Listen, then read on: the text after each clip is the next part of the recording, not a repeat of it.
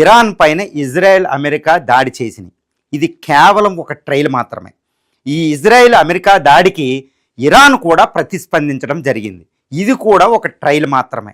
కానీ త్వరలో అతి భీకరమైన యుద్ధాన్ని చూడబోతున్నాం. ఈ అతి భీకర యుద్ధం అంటే ఇరాన్ దగ్గరున్న 80,000 డ్రోన్లు. అదే ఇరానే చెప్పింది.